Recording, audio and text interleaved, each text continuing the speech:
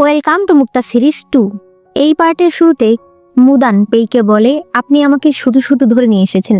আপনার কি মনে হয় ফুলমন্ত্রী আমার মতো একজনকে বাঁচানোর জন্য আপনার ডেরায় চলে আসবে? তবে তখনই বাইরে ইয়াং এর শব্দ শোনা যায়। পেই বলে, তার মানে ইয়াং এসেছে। পেই ইয়াংকে বলে, তোমার অস্ত্র আর তোমার লোকেদের এখান থেকে যেতে বলো। তারা চলে যায়। ইয়াং বলে, তুমি কেন এগুলো করছো? তুমি কি এখনো সুশির ঘটনা নিয়ে রেগে আছো? কিন্তু সুশির সঙ্গে আমার বিয়ে হবে না, তুমি শুধু শুধু এটা নিয়ে রাগ করো না। তাছাড়া সুশির সঙ্গে তুমি যে ঘটনা ঘটিয়েছিলে সেটা যদি জানাজানি হয়, তুমি জানো কি হবে?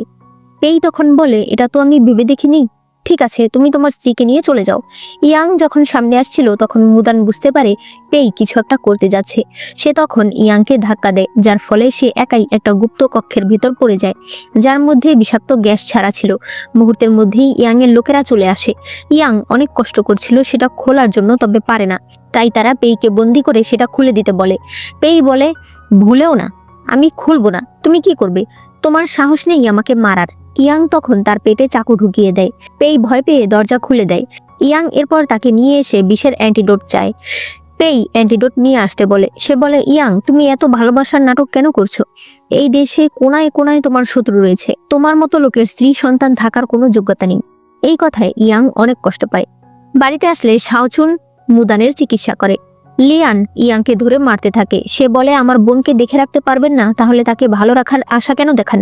এরপর দেখা যায় মুদানের জ্ঞান ফিরেছে। সে ইয়াং এর সঙ্গে কথা বলতে আসে। ইয়াং বলে, আজ তুমি কেন আমাকে বাঁচালে? আজ আমাকে বাঁচানোর কোনো প্রয়োজনই ছিল না। মুদান বলে, আমি তোমার সঙ্গে কথা বলতে এসেছি আর তুমি এইসব বলছো? সে বলে, আমি ঠিক বলছি। আমি তোমাকে যেমন সাহায্য করেছি, তুমিও আমাকে অলরেডি বহুতবার সাহায্য করেছো। তোমার জীবন বাজি রেখে আমাকে সাহায্য করার তোমার কোনো প্রয়োজন নেই। মুদান বলে, ঠিক আছে, তাহলে আমাদের মধ্যে আর কোনো ঋণ রইল না। আজ থেকে আমরা সমান সমান। এই বলে সে চলে যায়। এরপর ইয়াং একা একা ড্রিঙ্ক করছিল। ইউ বলে, মাস্টার আপনি কি এটা ঠিক করছেন? আপনি ওনাকে ভালোবাসেন, তাহলে সেটা কেন বলছেন না? ইয়াং বলে, আমার হাজার হাজার শত্রু। মুদান আমার সঙ্গে থাকলে কষ্ট ছাড়া আর কিছুই পাবে না। আমি এত বছর একা থাকতে পেরেছি, বাকি বছরগুলোও থাকতে পারবো। তবে আজ পেই যেটা করেছে তার শাস্তি তাকে পেতে হবে। এরপর দেখা যায় পেইকে ইয়াং এর লোকেরা কাদায় ফেলে দিয়েছে। পেই নিং রাজার কাছে এর বিচার জানায়। নিং রাজা বলে, তুমি ওর স্ত্রীর সঙ্গে যা করেছো, এর বদলেও যা করেছে সেটা কিছুই না, তাই আমার কিছুই বলার অধিকার নেই। পরদিন দাফু মুদানকে বলে যিশু তাদের জিনিসপত্র নদীপথে নিয়ে যেতে দিচ্ছে না।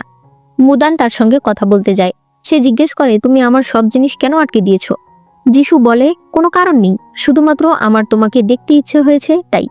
সে তাকে একটা হেয়ারপিন উপহার দিতে চায়, তবে মুদান সেটা ছুঁড়ে আগুনে ফেলে। এরপর ধাক্কাধাক্কি করে সেখান থেকে চলে আসে। যিশু বাড়িতে আসলে ইউজেন বলে, আজ তোমার জন্মদিন, আমি তোমার জন্য ড্রিঙ্কের ব্যবস্থা করেছি। তবে যিশু ড্রিঙ্ক ফেলে দেয়। ইউজেন যিশুকে একটা জেডের মুকুট উপহার দেয়, কিন্তু সে সেটা আগুনে ফেলে দেয়।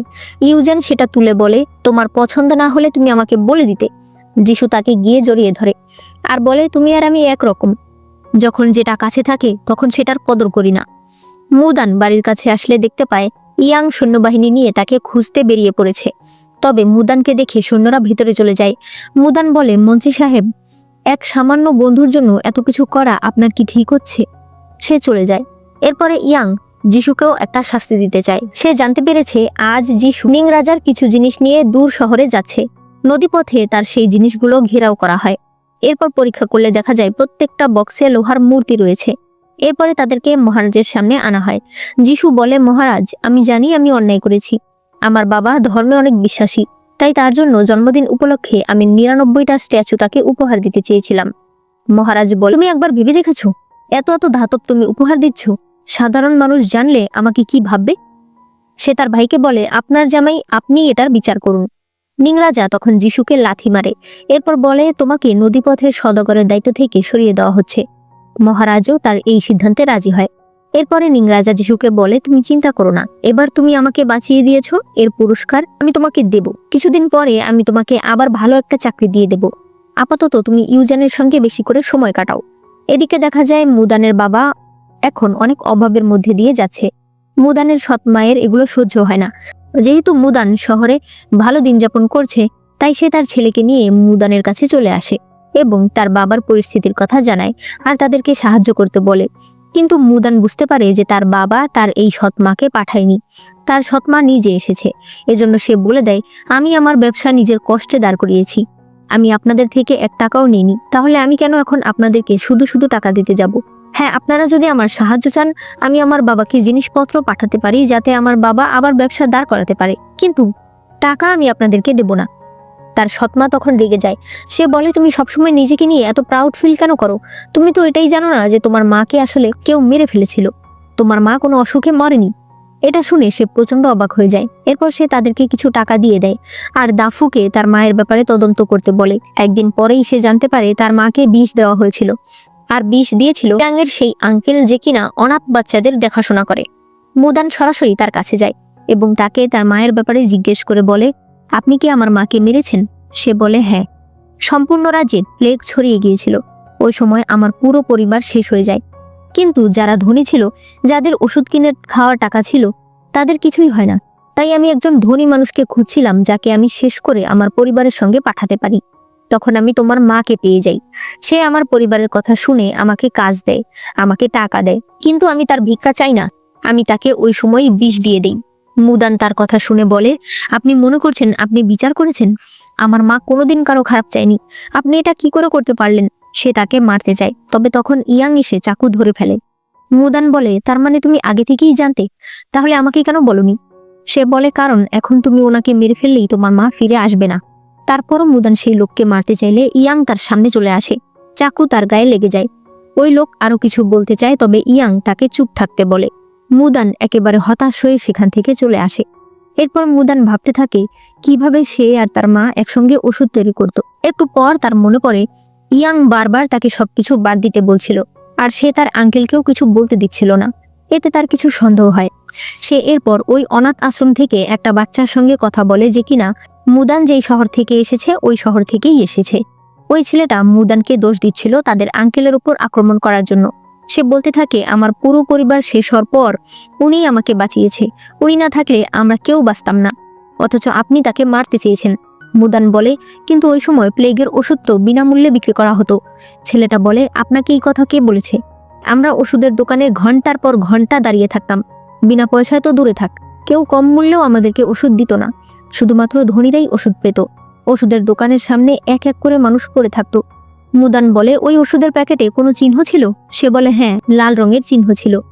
মুদান বুঝতে পারে এগুলো তাদের দোকানেরই ওষুধ, কিন্তু তার মা তো অনেক ওষুধ বানিয়েছিল বিনামূল্যে দেওয়ার জন্য, তাহলে সেগুলো কোথায় গেল?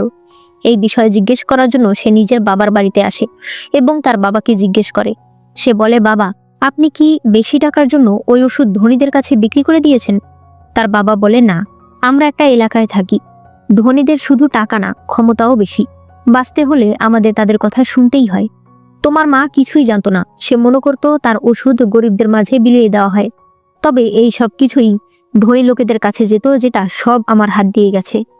তবে তোমার মাকে এই বিষয়ে বলার আমার সাহস হয়নি, আবার তাদের বিরুদ্ধে যাওয়ারও আমার সাহস হয়নি। ওই দিন হঠাৎ করেই ওই লোক মুদানের মায়ের কাছে আসে এবং তাকে সবকিছু বলে। মুদানের মা বলে, এগুলো কি করে সম্ভব? আমি এই বাগান তৈরি করেছি শুধুমাত্র ফ্রিতে লোকেদেরকে ওষুধ দেওয়ার জন্য, তাহলে কিভাবে এরকমটা হতে পারে? তবে ততক্ষণে সে অলরেডি বিষ খেয়ে নিয়েছে। লোকটি বলে, আমি ভেবেছিলাম আপনি ইচ্ছে করেই এগুলো করেছেন, তবে এখন বুঝতে পারছি আপনি কিছুই জানতেন না। আপনি চিন্তা করবেন না, আমি এখানেই বসে আছি, আপনি আমাকে ধরিয়ে দিতে পারেন। তবে মুদানের মা এক ব্যাগ ওষুধ এনে দিয়ে বলে, এটা আমার কাছে থাকা শেষ ওষুধ, আপনি নিয়ে যান, যদি এখনো কারো প্রয়োজন পড়ে আমি আপনাকে বন্দি করব না, আপনি চলে যান। এরপর মুদানের মা তার বাগানে কেরোসিন ঢেলে সেখানে আগুন জ্বালিয়ে দেয়। মুদান তখন অনেক কান্না করে, কারণ সে ভেবেছিল ওই বছর যে আগুন লেগেছিল সেটা কোনো দুর্ঘটনা ছিল, তবে সেটা যে তার মা অনেক কষ্টে লাগিয়েছিল সেটা সে বুঝতে পারেনি। এরপর মুদান তার বাবার কাছ থেকে বিদায় নিয়ে চলে আসে। ইয়াং যখন জানতে পারে মুদান বাড়িতে ফিরে এসেছে, তখন সে তার কাছে আসে এবং বুঝতে পারে মুদান সবকিছু জানতে পেরেছে। ইয়াং বলে যে সে এই বিষয়ে অনেক আগেই জানতে পেরেছে, তবে মুদান যাতে কষ্ট না পায় তাই সে কিছুই বলেনি। এরপর মুদানেরা কোথাও যাচ্ছিল, রাস্তায় তাদেরকে একদল ডাকাত দল ধরে নিয়ে যায়। এই খবর লিয়ান ইয়াংকে জানালে ইয়াং তার সঙ্গে মুদানকে খুঁজতে বেরিয়ে পড়ে। সে অলরেডি আহত ছিল, তারপরেও সে মুদানের কাছে যায়। যখন গিয়ে দেখতে পায় মুদান ভালো আছে, তখন সে তাকে জড়িয়ে ধরে। মুদানের চোখ দিয়েও তখন পানি পড়ছিল। একটু পরেই ইয়াং অজ্ঞান হয়ে যায়। শাওচুন তার চিকিৎসা করে। পরদিন ইয়াং এর জ্ঞান ফিরলে মুদান বলে, আসলে এরা ডাকাত নয়, এরা মূলত এই গ্রামের লোকেরা যারা মুদান আর শাওচুনকে ধরে নিয়ে এসেছে এই গ্রামের মানুষের চিকিৎসা করার জন্য। এরপর ইয়াং সকালবেলা ঘুম থেকে উঠলে লিয়ান তাকে বলে, ওই দিন আপু আপনাকে যে হেয়ার পিনটা দিয়েছিল ওটা আসলে আমি ভেঙেছিলাম, আমি আসলে আপনাকে হিংসা করতাম। ইয়াং বলে, আজ তাহলে কেন সত্যি বলছো? লিয়ান বলে, কাল আপনি এত অসুস্থ থাকার পরেও আপুকে বাঁচাতে চলে এসেছেন, তাছাড়া আপুকে বাঁচানোর মতো আপনার ক্ষমতাও রয়েছে, তাই আমার মনে হয় আপু আপনার কাছেই ভালো থাকবে। ইয়াং বলে, ঠিক আছে, তুমি চিন্তা করো না, আমি তোমার আপুকে কিছুই বলবো না, কারণ তোমার ভালোবাসা আর আমার ভালোবাসা এক নয়। তোমার ভালোবাসা হলো ওর জন্য সম্মান, তুমি ওর আদরের থাকতে চাও, কিন্তু আমি ওর সমানে সমানে থাকতে চাই। তুমি চিন্তা করো না, ও আজীবন তোমার আপু হয়েই থাকবে। এরপরে মুদান একটা নতুন ঔষধ তৈরি করেছে যেটা দাগ দূর করবে। সবার প্রথম সে সেটা ইয়াং এর উপর ট্রাই করে। এরপর বলে, আপনি বাইরে যতই মুখোশ পরে থাকুন না কেন, বাড়িতে আপনি নিজের মতো থাকতে পারেন, আপনি মনে রাখবেন আমি আপনার আপন।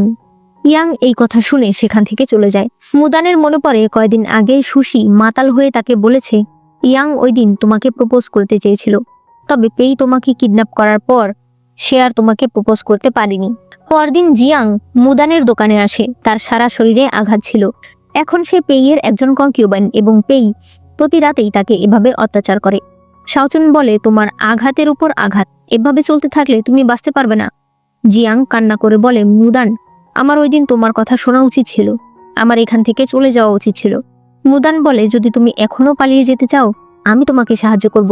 শাওচুন তোমাকে একটা ওষুধ দেবে, তুমি রাতের বেলা সেটা খেলে তোমার সারা গায়ে অ্যালার্জির মতো দেখা দেবে, তুমি বলবে তোমার পক্স হয়েছে, তোমাকে বাড়ি থেকে বের করে দিলেই আমরা তোমাকে নিয়ে আসব। জিয়াং তার এই কথাতে রাজি হয়। এদিকে লিয়ান মুদানকে সেই কথাটা বলে দেয় যে সে তার দেয়া হেয়ারপিনটা ভেঙে ফেলেছিল, আর ভাঙা হেয়ারপিন সে ইয়াংকে দিয়েছিল। সে নিজের অন্যায় স্বীকার করে। মুদান তাকে আর কখনো এরকম করতে না করে, এতে একটা সংসার, একটা পরিবার নষ্ট হয়ে যেতে পারে। রাতের বেলা এরা তিনজন জিয়াং এর জন্য অপেক্ষা করছিল।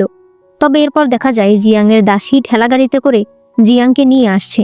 তারা সেখানে গেলে দেখতে পায় জিয়াং অলরেডি মারা গেছে।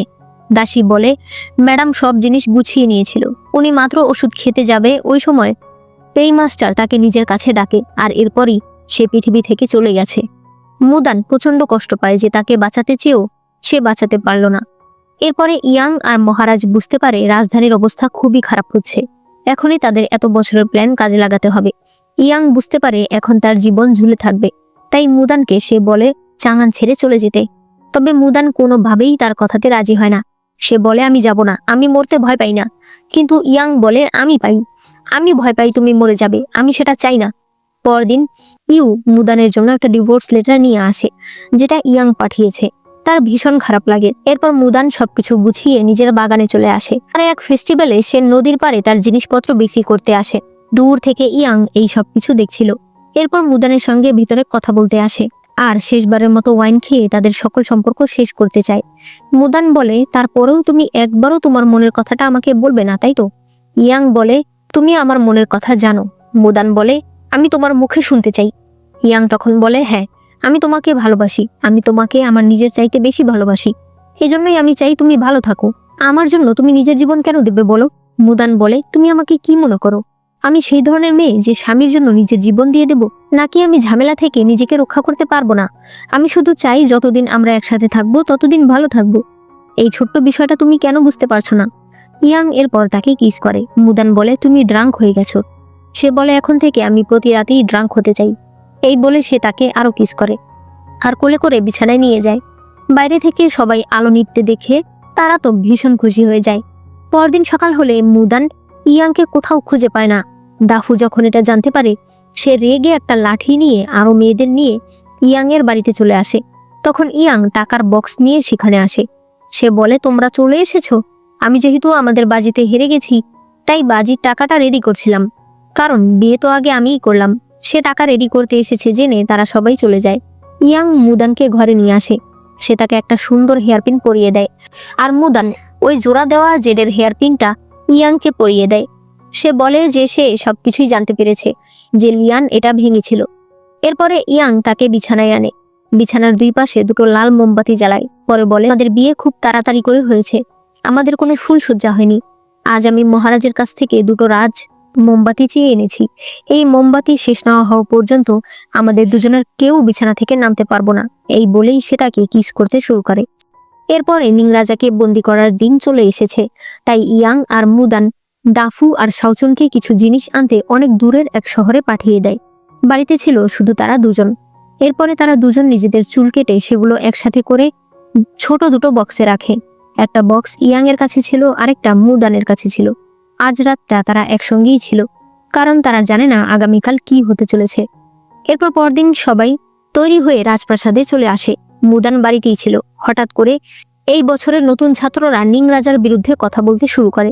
এরপর সেখানে ইয়াং এর মাস্টার চলে আসে, যাকে নিয়ে একবার মৃত্যুর নাটক করা হয়েছিল। তখন সব মন্ত্রীরা সাহস পেয়ে যায় আর এক এক করে নিংরাজার বিরুদ্ধে প্রমাণ মহারাজের কাছে দিতে থাকে। সকল সেনারা প্রস্তুত হয়ে যায় নিংরাজাকে বন্দি করার জন্য। তবে তখনই হঠাৎ করে মহারাজের একটা প্যালেসে ব্লাস্টের শব্দ শোনা যায়। এর মধ্যেই নিংরাজার অনেক সৈন্যরা সেখানে চলে আসে। আর দেখা যায় সেখানে থাকা ইয়াং এর পক্ষে যে সকল সৈন্যরা ছিল তারাও মহারাজ এবং ইয়াং এর বিরুদ্ধে ফাইট করতে শুরু করেছে। এক এক করে সবাইকে মেরে ফেলা হয়, এমনকি ওই মাস্টারকেও। মহারাজ আর ইয়াংকে বন্দি করা হয়। এদিকে মুদানের কাছে দুজন লোক আসে তাকে নিয়ে যাওয়ার জন্য, কিন্তু মুদান বুঝে যায় এরা যিশুর লোক। সে তখন নিজের হেয়ারপিন খুলে ঘোড়াদের উপর আঘাত করলে সেগুলো দৌড়াতে শুরু করে। মুদান রাজপ্রাসাদে চলে আসে। এদিকে ইয়াং মহারাজকে বলতে থাকে, মহারাজ, আপনি আমাকে কথা দিয়েছিলেন। আসলে ইয়াং আগেই বলেছিল, মহারাজ, যদি কখনো এমন কোনো পরিস্থিতি আসে তাহলে সব দোষ আপনি আমার উপর দিয়ে দেবেন। মহারাজ তলোয়ার তুলে নেয়, তবে সে বলতে থাকে, আমি পারবো না, আমি তোমাকে মারতে পারবো না। ওই সময় মুদান চিৎকার করে এখানে আসতে থাকে। যিশু তাকে ধরে রাখে। ইয়াং ইশারা করে তাকে না করে। নিংরাজা তলোয়ার দিয়ে তাকে আঘাত করতে চাইলে তলোয়ার ঢোকে না। তখন সে তার বুকের ভেতরে মুদানের দেয়া সেই ছোট্ট বক্সটা পায়। এরপর সে একটা ছোট চাকু দিয়ে তার বুকে আঘাত করে। ইয়াং মাটিতে লুটিয়ে পড়ে। নিংরাজা এক লোককে ইয়াং এখনো বেঁচে আছে কিনা চেক করতে বলে। সেই লোক চেক করে বলে যে ইয়াং মারা গেছে। নিংরাজা মহারাজকে বলে, এবার আপনি জানেন আপনাকে কি আদেশ দিতে হবে। মহারাজ চিৎকার করে বলতে থাকে, ফুলমন্ত্রী রাজদ্রোহী, তাই তাকে মেরে ফেলা হয়েছে। ভবিষ্যতে যদি কেউ এমন করে তাহলে তাকেও ঠিক এইভাবেই মেরে ফেলা হবে। কথাগুলো সে অনেক কষ্ট নিয়ে চিৎকার করে বলছিল, কারণ সে রাজা হলেও কোনো ক্ষমতাই তার হাতে নেই। এখানে সিন কাট হয়ে যায়। এরপর মুদানের জ্ঞান ফিরলে সে দেখতে পায় যিশু তাকে বন্দি করে রেখেছে। সে বলে, ইয়াং মারা গেছে, এখন তুমি এক রাজদ্রোহীর স্ত্রী, তাই তুমি এখন আমার কাছেই নিরাপদ। ভালোই ভালোই এখানে থাকো। যিশুকে নিংরাজা ডাকলে সে সেখান থেকে চলে যায়। এরপর পরদিন যিশু আবার মুদানের কাছে আসে। সে বলে, তুমি আমাকে ডেকেছো, এখন কিছু বলছো না কেন? সে মুদানের কাছে গেলে তার মাথা ঘুরতে থাকে। মুদান তাকে আঘাত করে অজ্ঞান করে ফেলে। এরপর তাকে মারতে চাইলে দরজা খুলে ইউজেন আসে। ইউজেন বলে, নিজের চোখে তুমি নিজের ভালোবাসার মানুষকে মরতে দেখেছো, এখন নিশ্চয়ই তুমি আমার কষ্টটা বুঝতে পারছো। মুদান বলে, কিন্তু আমি তোমার মতো না, আমার জীবন আমাকে চালিয়ে যেতে হবে। ইউজেন বলে, তাহলে তুমি চলে যাও, এখন বাইরে কেউ নেই। মুদান এরপর চলে যায়। এরপর মুদানকে আবারও যিশু ধরে ফেলে, তবে তখন সুশি এসে তাকে বাঁচায়। দেখা যায় ইউ বেঁচে আছে। মুদান পরে বাকি সবার সঙ্গে দেখা করে। পরে সে ইয়াং এর খালার সঙ্গে দেখা করে বলে তাকে সাহায্য করতে, কারণ সে ইয়াং এর অপূর্ণ কাজ পূর্ণ করতে চায়। এরপর সে এক অ্যাসাসিন দলের সঙ্গে দেখা করতে আসে, তবে তখন অন্য এক দল তাকে কিডন্যাপ করে নেয়। মুদান কোনো মতে পালাতে চাইলে কেউ একজন পেছন থেকে তাকে ধরে। সে তাকে আঘাত করতে চাইলে ইয়াং বলে, স্বামীকে এতদিন পর পেয়েও মেরে ফেলতে চাইছো? মুদান প্রচন্ড অবাক হয়ে যায়। দেখা যায় এটা সত্যি ইয়াং। এরপর তারা একটা ঘরে যায়। ইয়াং বলে, নিংরাজা ইচ্ছে করে তার হার্টের 1 ইঞ্চি দূরে আঘাত করেছিল। এরপর থেকে সে তাকে জিজ্ঞাসাবাদ করতে থাকে ইয়াংরা কোথায় কোথায় সৈন্যদের ট্রেনিং দিচ্ছে। তবে ইয়াং কিছুই বলে না। আর একদিন সুযোগ বুঝে সে পালিয়ে এসেছে। মুদান ইয়াংকে পেয়ে ভীষণ খুশি হয়। এরপর তারা হংদং শহরে জেনারেলের সঙ্গে দেখা করে, কারণ তারা এই আর্মি নিয়েই নিংরাজার সঙ্গে ফাইট করতে চায়। জেনারেল রাজি হয়ে যায়। এরপর দেখা যায় নিংরাজা চাঙ্গান শহর, হেসি শহর, জিনিয়ান শহরের সকল আর্মিদের নিয়ে যুদ্ধের জন্য এসেছে। অন্যদিকে ইয়াং এর সাথে ছিল হংদং শহরের আর্মিরা, যারা সংখ্যায় তাদের অর্ধেক। এরপর যুদ্ধ শুরু হয়ে যায়। রাতের বেলা নিংরাজা তাদের ব্যারাকে বসে বলতে থাকে, ওরা মাত্র 50,000 সৈন্য নিয়ে কতক্ষণ টিকতে পারে আমি দেখতে চাই। এদিকে দেখা যায় মুদান সৈন্যদের নিয়ে জাহাজে করে অনেক জিনিস নিয়ে এসেছে। ইয়াং জিজ্ঞেস করে, এইসব কি? তখন মুদান মনে করে সে তার সকল লোকেদের নিয়ে মোটামুটি কয়েকজন আর্মির জন্য ফায়ার প্রুফ পোশাক বানিয়েছে, যেগুলোতে মূলত আগুন লাগবে না, কারণ নিং রাজা সবার প্রথমেই তীরে আগুন লাগিয়ে আক্রমণ করে। একটু পরে ইয়াং আর তার অনেকজন সৈন্য সেই পোশাক পরে নিং রাজার ব্যারাকের দিকে যেতে থাকে। তাদেরকে দেখে তারা আগুন লাগিয়ে তীর নিক্ষেপ করে, তবে এতে কিছুই হয় না। এরপর তারা আরো বড় করে আগুন লাগিয়ে দেয়, তবে তাতেও কিছু হয় না। তারা সরাসরি তাদের ব্যারাকে চলে আসে। এরপর পরদিন সকালে সিন দেখানো হয়। নিং রাজা চিৎকার করে বলছিল, ইয়াং, তুমি আমাকে বন্দি করতে পারবে না, আমার লোকেরা আসছে। কিছুক্ষণের মধ্যেই তোমাকেই তারা বন্দি করে নেবে। তুমি ভুলে যেও না, এখন তুমি বিদ্রোহী। তখন ইয়াং মহারাজের আদেশনামা বের করে, যেখানে মহারাজ নিং রাজাকে বন্দি করার আদেশ দিয়েছে এবং তাকে রাজদ্রোহী বলে ঘোষণা করেছে। নিং রাজা ভীষণ অবাক হয়ে যায় যে এই আদেশনামা কোত্থেকে আসলো। ইয়াং বলে, আপনি সবসময় মেয়েদেরকে ছোট করে দেখেন না? আপনি জানেন এই আদেশনামা কে এনেছে? তখন দেখানো হয় মহারাজ আদেশনামা লিখে দিয়েছে। মহারানী সুশির সঙ্গে একসঙ্গে কথা বলছিল। তখন সে বলে, তোমার নিশ্চয়ই ঠান্ডা লাগছে। সে তার শীতের জামাটা তার গায়ে পরিয়ে দেয়। এরপর বলে, গরম লাগলে খুলে ফেলো। সুশি গাড়িতে এসে সেই জামার ভেতরে খুঁজতে থাকে, কারণ সে বুঝতে পেরেছে মহারানী তাকে কিছু দিয়েছে। তখন সে সেই আদেশনামা পেয়ে যায়। এরপর সে ওই আদেশনামা মুদানকে দেয়, আর মুদান মূলত জাহাজে আসার সময় এটা নিয়ে এসেছে। রাজা চিৎকার করে বলতে থাকে, তাতে কি হয়েছে? তোমরা আমাকে বন্দি করতে পারবে না। জিনিয়াং শহরের জেনারেল এখনই চলে আসবে। তবে সেই জেনারেল আসলে দেখা যায় তারা ইয়াং এর পক্ষে। নিং রাজা তারপরেও তলোয়ার নিয়ে চিৎকার করতে থাকলে যিশু তার তলোয়ার ধরে ফেলে। সে বলে, আমাদের আর কোনো সাপোর্ট নেই, এখন আত্মসমর্পণ করা ছাড়া আমাদের আর কোনো রাস্তা নেই। এরপর সে তার গলায় তলোয়ার ধরে বলে, আমরা আত্মসমর্পণ করছি। পরের সিনে দেখা যায় তাদেরকে মহারাজের কাছে নিয়ে আসা হয়েছে। মহারাজ নিং রাজাকে মৃত্যুদণ্ডের আদেশ দিয়েছে, আর যেহেতু যিশুর শেষমেশ তাদেরকে সাহায্য করেছে, তাই তাকে আর তার স্ত্রীকে যাবজ্জীবনের শাস্তি দেওয়া হয়েছে। জেলখানায় ইউজেন যিশুকে মারতে আসে। যিশু বলে, মারতেই যখন এসেছো তাহলে আবার হেজিটেট কেন করছো? ইউজেন বলে, তুমি কেন আমার বাবাকে ধোঁকা দিলে? যিশু বলে, কারণ আমি তাকে ঘৃণা করি। সে আমার পা ভেঙে ফেলেছে, আমার আত্মসম্মান নষ্ট করে দিয়েছে, আমার একজন ভালো অফিসিয়াল হওয়ার স্বপ্ন শেষ করে দিয়েছে। ইউজেন বলে, এমন একটা বাবা নিয়ে আমি যাকেই বিয়ে করি না কেন, সুখ আমি পাবো না, আমি জানতাম। কিন্তু আমার কি করার আছে? উনি আমার বাবা, আমি ওনাকে ঘৃণা করতে পারি না। ওনার সঙ্গে যে বিশ্বাসঘাতকতা করেছে আমি তাকেও মারতে পারছি না। আমি তোমাকে ঘৃণাও করতে পারছি না। যিশু, আমি তোমার জীবন নষ্ট করে দিয়েছি, তোমার হাতেই আমার জীবন নষ্ট হয়েছে, আমরা এখন সমান। এই বলে সে নিজেকে শেষ করতে চায়।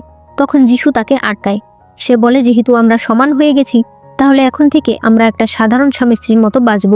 এখান থেকে বের হয়ে আমরা আর 10টা স্বামী স্ত্রীর মতোই সুন্দর জীবনযাপন করব। এরপরে অনেকদিন পরে সিন দেখানো হয়। মুদানের সব ব্যবসাই ভালো চলছিল। যিশু আর ইউজনকেও মহারাজ দয়া করে ছেড়ে দিয়েছে। যিশু বলতে থাকে সে ছোট একটা দোকান শুরু করবে, একটা কাঠের বাড়ি তৈরি করবে, এরপর তারা সাধারণভাবেই বাঁচবে। ইউজেন অনেক খুশি ছিল। তবে তখন হঠাৎ করে এক পাগল এসে যিশুর পেটে চাকু ঢুকিয়ে দেয়। যিশু ইউজেনের হাত ধরে বলে, কান্না করো না, আমাকে ক্ষমা করে দিও, আমি আমার ওয়াদা রাখতে পারলাম না। এরপর সে মাটিতে লুটিয়ে পড়ে আর সেখানেই মারা যায়। ইউজেন ধীরে ধীরে সেখান থেকে চলে আসে। হাঁটতে হাঁটতে সে এক বনে চলে আসে। এরপর নিজের জামা থেকে ফিতা খুলে গাছের ডালে ঝুলিয়ে দেয় মরে যাওয়ার জন্য। তবে তখন এক সন্ন্যাসী সেখানে আসে। সে বলে, আমাদের সামনেই একটা আশ্রম, আশ্রমের সামনে আত্মহত্যা করা নিষিদ্ধ, আপনি চাইলে আমার সঙ্গে আশ্রমে যেতে পারেন, সাংসারিক সকল চিন্তা ভাবনা ছেড়ে দিয়ে শুধুমাত্র সাধনা করবেন। ইউজেন তখন তার সঙ্গে চলে যায়। এদিকে মুদান শাওচুনকে নিয়ে আসে, কারণ আজ লিয়ান শাওচুনকে প্রপোজ করবে। তবে শাওচুন বলে, না, আমাকে কেউ প্রপোজ করবে না, এই সারপ্রাইজ তোমার জন্য। এরপরেই দেখা যায় তার আর ইয়াং এর এক এক করে স্মৃতি সেখানে দেখানো হচ্ছে। এরপর ইয়াং তাকে অফিসিয়ালি প্রপোজ করে আর সবার সামনে কিস করে। তাদের উপরে ফুল ছিটানো হলে মুদান বলতে থাকে, আমার এত দামি ফুল গাছ ছিঁড়ে ফেলেছো? ইয়াং বলে, আরে এগুলো কাগজের ফুল। এখানে তারা সবাই অনেক খুশি ছিল। এরপর মুদান তার দোকানের সকল দায়িত্ব এদের সবাইকে বুঝিয়ে দেয়। ইয়াং আর মুদান মহারাজের আদেশে অন্য এক শহরে চলে যায়। এখন থেকে তারা বিভিন্ন শহরে দুর্নীতিবাজ মন্ত্রীদের খুঁজে বেড়াবে, ছদ্মবেশে তাদেরকে ধরবে। এভাবেই আরো অনেক দিন কেটে যায়। মহারাজ আর রানীর সম্পর্ক এখন ভালোই চলছে। কয়েকদিন পর পর মুদান মহারাজ আর রানীর খোঁজ খবর নিয়ে চিঠি লেখে। মুদানের দোকানের বাকি সবাই অনেক ভালো আছে। দাফু আর ইউ খুব তাড়াতাড়ি বিয়ে করে নেবে। আর এদিকে ইয়াং আর মুদান একদম স্বাধীন জীবনযাপন করছিল আর তারা ভীষণ খুশি ছিল। আর এখানেই এই ড্রামাটি শেষ হয়ে যায়। ড্রামাটি তোমাদের কাছে কেমন লেগেছে সেটা অবশ্যই আমাকে কমেন্টে জানিয়ে দিও। ভিডিওতে অবশ্যই লাইক করো আর চ্যানেলে নতুন হলে চ্যানেলটাকে সাবস্ক্রাইব করে দিও।